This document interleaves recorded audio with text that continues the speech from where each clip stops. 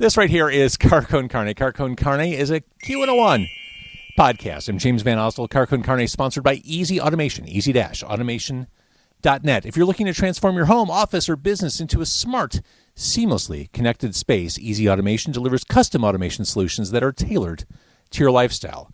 Whether you're upgrading your home entertainment, streamlining your office tech, or enhancing the atmosphere in your restaurant or sports bar, they've got you covered. Their expert team designs and installs personalized systems from smart lighting and climate control to audio-video distribution and robust Wi-Fi networks, all managed through an intuitive app on your favorite device. Easy Automation makes technology work for you effortlessly, reliably, and always with your satisfaction guaranteed. Visit easy-automation.net or call Dan at 630-730-3728 and take control of your environment today. Car Con Carne also sponsored by Exploding House Printing. Exploding House can help with all of your screen printing, embroidery, and other merch needs. They're truly local. They're based in the Hermosa neighborhood, and they focus on small businesses, bands, brands, everything in between. They've worked on stuff for The Empty Bottle, The Botanic Garden, The Music Box, Dante's Pizzeria. You can see the whole list at explodinghouseprinting.com. And Jonathan, the guy behind Exploding House, he's been doing this for literal decades, so he knows what he's doing. Besides technical expertise, he delivers production efficiency and cost awareness to offer boutique print shop quality at much lower, large print shop prices. Check him out on Instagram at Exploding House, or go to their website or email info@explodinghouseprinting.com to get a quote. It's Car Con Carne. Let's eat in the car. It's Car Con Carne. And now here's the star of our show, James Van Ostel.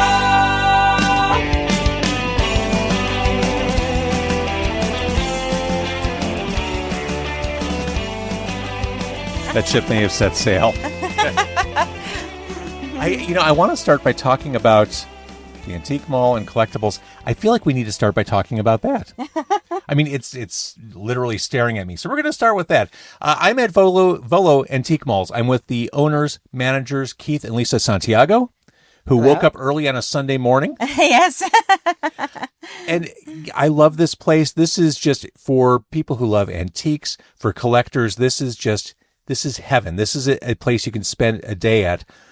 I want to talk about all that, but it's Halloween season, and word has it that your antique mall's haunted. Yeah. Yes, definitely. Explain. Yeah, we have 3 buildings, and there has been sightings in all 3. But we do have a pre-Civil War cemetery, like behind the barn, and it has a lot of historic graves in there, including one of a soldier who built our barn, but his body's not there. It's actually in, where did you find out it was in? It's somewhere in Southern California, or not California, Southern Illinois. Yeah, yeah, so he's not buried there. They didn't bring him back. So the important question is, have you two personally experienced anything spooky? Yes. I've been cashiering, and I've heard, like, when my daughter was 4 years old, I heard the weight of a bunch of 4-year-olds running above me in the barn. And when I looked at the camera, no one was there. And I'm like, okay. There's been a lot of incidences. We try to blame it on something logical. We're like, it's just the wind. Or yeah. We're like, maybe a raccoon knocked that down because it's a barn, that we run. But then we come in and there's like books lined up on the floor with a bubble gum machine on it, holding everything up, and it's purposely placed there. Things in circles on the floor. Like the second floor, we had these wood beads that they would use for Christmas trees, and I was looking at them the night before, and they were really stuck in the lattice that we have. And I came in the next morning, they were in a circle on the floor.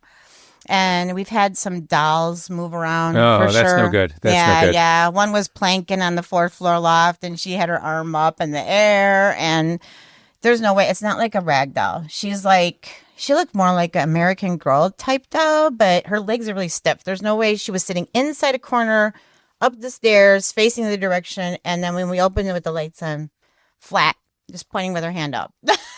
No. What do your vendors say when they realize this stuff is going on with their stuff? Yeah, I mean, they try to, work around it. Some people don't try to think about it. And, when we first had, our first discovery of it, we were worried we wouldn't have anybody come in. But then it just, thrusted us forward because there were so many people intrigued by what it was doing or where it could be, that it brought more shoppers to us. So it was awesome. So I think they became a part of it and they know that. So I tell them to. So the Volo Antique Malls, 27640 Volo Village Road in Volo, Illinois. As we're on the topic of haunted stuff at the Volo Antique Malls, you brought a painting. Yes. I can't believe I carried it here. I will hold your mic, or you want to hand it over? This is distressing. What am I looking at here? And should I be touching it? I don't know. A customer bought that from one of our dealers in Mall 2, and it is dated 1982. And the customer called me like hysterical. She was a regular customer of ours, and she said, "I need to bring this painting back. I don't even want my money back." And that's when I was like, "What's going on?" And she said, "It's haunting my household." And I'm like, "What?" And she said, "Yeah, I keep hearing little kids running around everywhere." And then she said, "The oddest thing, I hear a marching band.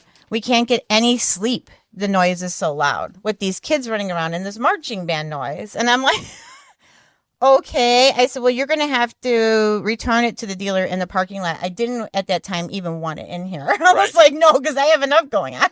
And so she returned it, but then my dealer resold it to a good friend, and she's had it for a few years, and it seems to be simmered down. But she has a voodoo themed bathroom, so I don't know if some of the spirits calmed it down. And it seems benign. I mean, it looks like a pair of sisters holding up a puppy with kind of weird eyes.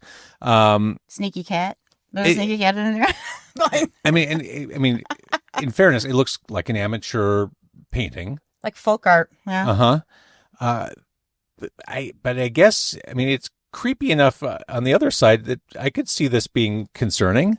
Yes. Did you say something about a tooth? Yes. The lady that had it was taking a picture of it, and she went to take it down to bring it to us. And she found a tooth on the side of the canvas, like embedded into the wood of the canvas. And when she brought it in, my girl that knows oddities, Janelle, saw the tooth. She took it out and looked at it because she's brave, and she said, that's a child's tooth in there. Yeah. So I don't know if those ghosts were the kids and they want their teeth back. I don't know, but That's creepy. I know. And you position it so that it's literally staring at me as we're doing this looking right at me. I mean, it's kind of like Annabelle.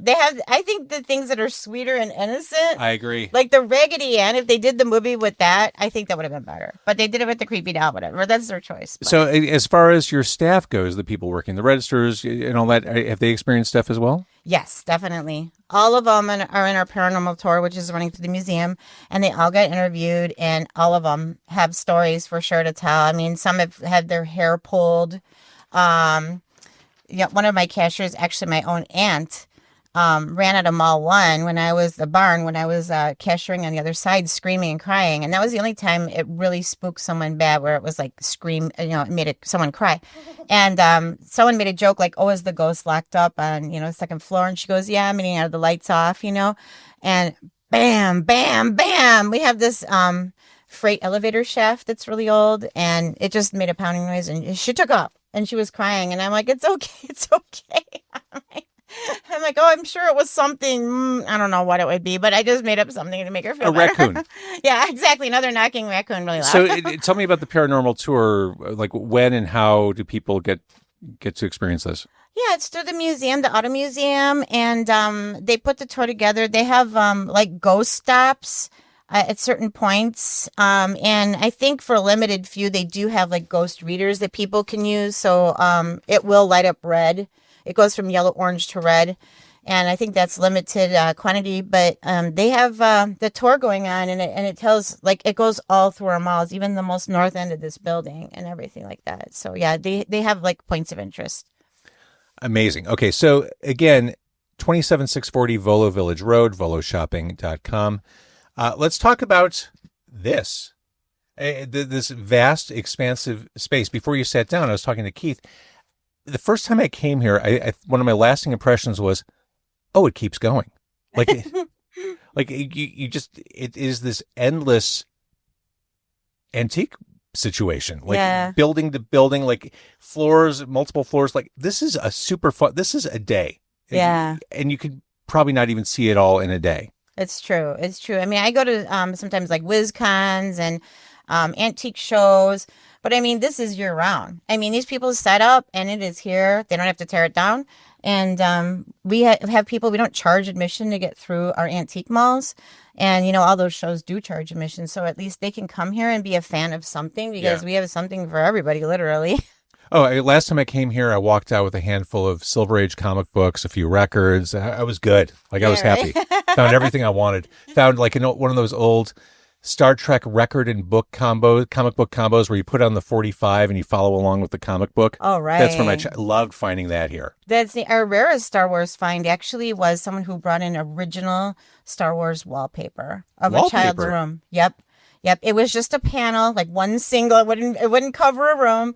But it was the most beautiful artwork of planets and spaceships you've ever seen. And it was never used. I thought that was something else. That was a time capsule, I'll remember for sure. I love this description. We aren't your stuffy grandma's mall. We are your cool grandma's mall. So this is a family business. This started as a family business. You have taken on the mantle of running this place. Talk a little bit about the history. Yeah, my parents started the museum together with my uncle, with the car museum, and my dad kind of ran furniture. It wasn't as targeted, like newer furniture back then, as say our malls, which seem to be now like a good fit because it's like a vintage gift shop for the museum. So they'll come to see the Batmobile, and then they're like, "Oh my gosh, I can buy the mini version." Or we have these rare, signed things like Funko Pops, and they're like, "Wow, I love that." If they like a certain car, like even if there's like the Dukes of Hazzard, we'll sell anything from Miami Vice to A-Team collectibles to a whole bunch of slew of things. Whatever the museum's doing, we match their gifts, I guess we could say. Are Funkos still highly collectible, or is that I keep waiting for that to wane? Is that still a thing? We have the signed ones, so those ones get pretty up there. Like Michael Myers actually signed this one Funko, so like the signed ones. And I have been selling a lot of Beetlejuice ones, especially with the holidays. Oh yeah, that makes sense. That makes sense. I was saying this before we started recording. I think people who like antiquing, like going to your antique malls, I think it's something you learn from your family. Like I got that bug from my grandmother. I mean, you got this from your family. But I remember as a kid, like going to flea markets every weekend with her and like rummaging through comic books and all sorts of things. I think that is a family ingrained habit. Oh yeah. And that's what's so nice is when families come through and they just, they're definitely teaching the next generation to carry the torch. The Star Wars people love that, and the Hot Wheels people. And, we do have the red line for the adults. And then we have the small $5 one for kids, which is nice. They have a variety for families at all price points. What do you like to collect? I mean, are you so immersed in this every day? You're like, we can't put anything else in our house. The dealers are very deadly when it comes to that because they know I am addicted to 80s stuff. And I love Duran Duran. I mean, this one guy got me the hugest banner I've ever seen of Duran Duran. I mean, it could take up a wall. And I just love 80s stuff in general. 80s art. I love Nagels and things like that. I think my husband knows we're running out of wall room. It's like, he's like, one more Nagel and that's it. So no more Nagels, dealers. Is Hold Back the Rain by Duran Duran one of their best songs ever? Oh, I do love it. But I'd say my favorite is Friends of Mine. Just because it reminds me of my friends. Yeah. And like Club 950, some old days, dancing to some good stuff. Again, we are your cool grandma's mall. So with 300 vendors, 300-ish, is there turnover? How does someone get a space here? We have one small spot left. Really? Yeah. And it's pretty much because someone retired. Wow. Yeah. I mean, I think the younger group is coming in and they love it because the prices of modern things have rose so much. It's ridiculous. For sure. And like I mentioned records. Records are a perfect example of that. Yeah. Now cassettes are kind of coming in underneath that. And so, I mean, but furniture, home goods, it's like you buy new stuff and it's terrible. It's way overpriced and they're not going to get their money back on it ever. But if they buy here, I mean, a lot of young kids know that they could buy it for fun. It's got character and they can resell it down the road. And it's such a great thing to collect because, they know they can just sell it if they decide to and make a little money off of it. Thinking about that family connection, my daughter's hooked on going to antique malls with me. Like it's so much fun. Like when people come through here, do they go through everything, or do they kind of piecemeal? Like we're just going to do one building today, or do you see people doing it all? They break it down sometimes. I mean, it is really big. But yeah, I mean, no, if they do the museum and here, hats off. That's a day. That's a walk because it's a lot of walking around. But yeah, they have their own plans, and I mean, they do tend to come up here with their families and mall through. There's a lot of collectibles here, and sometimes if they go to mall too, it is a little more high end furniture and things like that. But we have collectibles mixed in, and then they're kind of like, ooh, but they still are okay shopping down there. We have really wide aisles, so they don't mind. And we have strollers coming through and everything. So we're sitting in front of a vendor's booth. Lots of quirky stuff, and you're sitting directly in front of a bunch of skulls. Yes. Animal skulls. I don't even. Taxidermied rabbit is right to my right. So I mean, there's certainly quirky stuff you can't find anywhere. Is there hidden treasure here, like stuff you can't believe is on the shelf, like super valuable OMG kind of stuff? Oh, we've had our oddities. She's definitely our oddity seller. And I could say the weirdest thing we ever had was this deer, and it made it like a week in here. And it was a deer with like alligator skin neck, snake eyes. It was like a combo. It looked like it should be an Evil Dead. I guess they call it a chimera. Yes. Like that's the official sort of taxidermy. It was here like a week, and we were like, oh my gosh, yeah. Yeah. Yeah, but she is so resourceful. She paints the skulls. She finds things in the woods.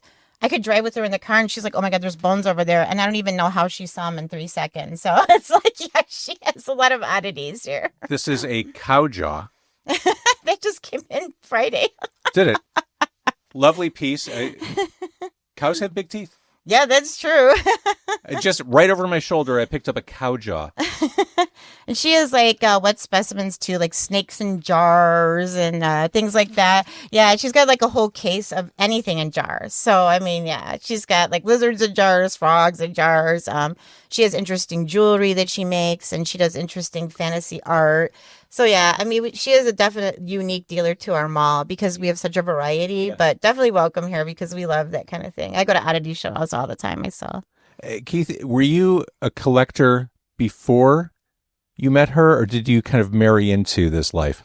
My wife would tell you I'm a collector of music synthesizers back when she met me, because I kind of had a studio with my friends and in Chicago, and we used to goof around on them. And that's a cool thing to collect. Yeah. So it's always been sort of my thing, but outside of that, not too much really.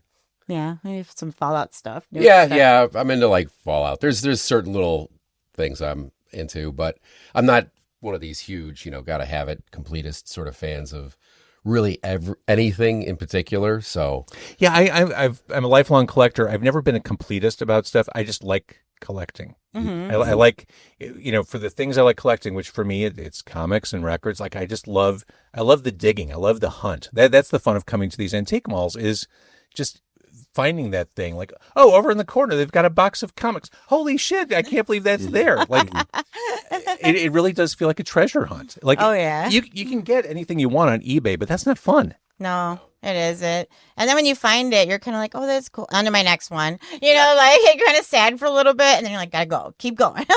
Find your next round. So there's Halloween stuff on display. All the vendors have their Halloween stuff, obviously. I'm guessing as we head toward December, like Christmas becomes like that drives a lot of humans here. Yeah. Some people keep Halloween up year round, but then because it makes sense here. Yeah. And then we have those are your people. Yeah, the ceramic Christmas trees are starting to come in. I sold one yesterday. I'm like, oh, okay, it's early, but that's okay. I mean, hey, I love it too. There's such a uniqueness to the holidays with the vintage stuff. The faces, they're cuter, and the Santas, and they're not resin, and they don't look like they're fanky. But yeah, I mean, there's such a uniqueness to like the blow molds that come with Santa that would be in the front of like Christmas Vacation, that would be with Chevy Chase, and so yeah, we have a variety of Christmas stuff too that will definitely be out. They're decorating after the 5th of November, so hopefully we'll see it then. Thinking about what you were saying about how the real world is really expensive. You can come to the antique malls and find stuff that's not. As you've experienced, as you've run this place through the years, through different shifts in the economy, is this, I don't want to use the term recession proof, but is this a business that can be successful in the face of a shitty economy? Yes, definitely. I mean, especially because when I have new people set up, I try to tell them, hey, people have photo technology. They could look this up in seconds. You got to price this a little bit below what, eBay has it for. Knock off the shipping, and they're pretty competitive with their prices. They know that. And they're like, we always price below. And, so I love that. They try to, they know they can market way up, but they would rather just have sell in volume, and then they can just keep changing over their inventory. And the people that change the most do the best, for sure. Brilliant. Okay, so the hours here at the Volo Antique Malls are 10 to 5 every day, except for major holidays like Thanksgiving and Christmas and Easter. You need a break. Yeah. We're open New Year's Days too. So if people needed somewhere to go, we're open here too. this would be a fun New Year's Day place to go. Like, let's start the new year doing something fun, like low key. Yeah. Stay warm. Stay warm. Absolutely. All right. Well, thank you for sharing the ghastly stories. Thank you for sharing that painting that's still staring at me. Is the tooth still embedded? Yes. Yes. Bring it over. Yeah. It's like right under this, it's right there. You can see it maybe in the back. Yeah. Oh gosh, sorry. Yeah, you can see it. It's wedged in there. Oh no. That's it. Oh no. Yep. We were not joking. And so we're not so much like a haunted jump and scare kind of place. It's more like, we can't guarantee that ghosts will be here, but they probably will. I mean, it'll be an experience that is real. So it's not so much gimmicky as it is, paranormal for sure. And really, the ghost stuff, the paranormal stuff, that's just a bonus. I love coming here. This is so much fun being at your antique malls. In fact, I can't wait to break all this stuff down so I can start wandering. You're right. I'll see you in a few hours. Thank you so much for chatting. I love what you're doing here. Keep doing it. You're providing a service for us Thank collectors. you. Thanks we for collectors. having us. Of course.